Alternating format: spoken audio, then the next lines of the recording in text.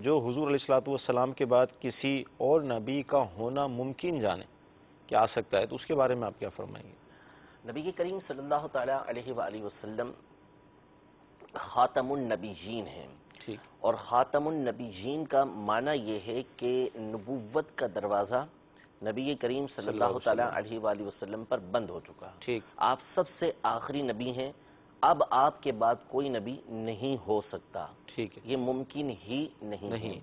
تو جو شخص، علماء نے یہ ارشاد فرمایا کہ جو شخص نبی کریم صلی اللہ تعالیٰ علیہ وآلہ وسلم کے بعد کسی کو نبی مانے کہ یہ نبی ہے، جسے قادیانی مانتے ہیں، صحیح ہے، تو بھی کفر ہے۔ اور اگر کوئی کسی نبی کے ہونے کا ممکن بھی جانے صحیح، کہ حضور علیہ الصلوۃ والسلام کے بعد کوئی نبی ہو سکتا ہے، تو بھی وہ کافر ہو جائے گا، اس لیے کہ نبی کریم صلی اللہ تعالیٰ علیہ وسلم کے بعد اور آپ علیہ الصلوۃ والسلام کے زمانے میں بھی کوئی دوسرا نبی نہیں ہو سکتا تھا۔ صحیح، آپ علیہ الصلوۃ والسلام کے بارے میں اللہ تبارک و تعالی نے واضح الفاظ میں ارشاد فرما دیا کہ ما کان محمد ابا احد من رجالکم ولکن رسول اللہ وخاتم النبیین، صحیح، کہ محمد صلی اللہ تعالیٰ علیہ وسلم تم میں سے کسی مرد کے باپ نہیں، صحیح، ہاں وہ تو اللہ کے رسول ہیں اور خاتم النبیین ہیں۔ صحیح، خاتم النبیین کا یہاں پر معنی اجماع قطعی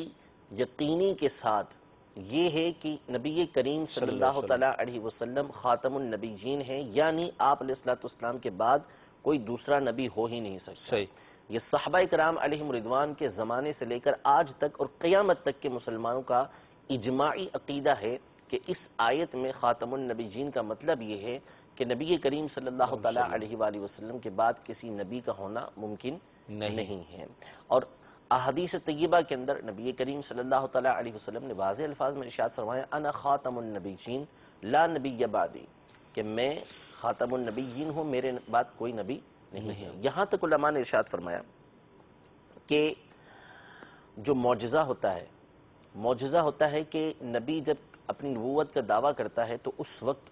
اپنی نبوت کے دعوے پر وہ کوئی ایسی بات پیش کرتا ہے کہ جو عادتاً نہیں ہوتی، تو اس کو معجزہ کہا جاتا ہے۔ صحیح، سامنے والا عاجز آ جاتا ہے اس سے۔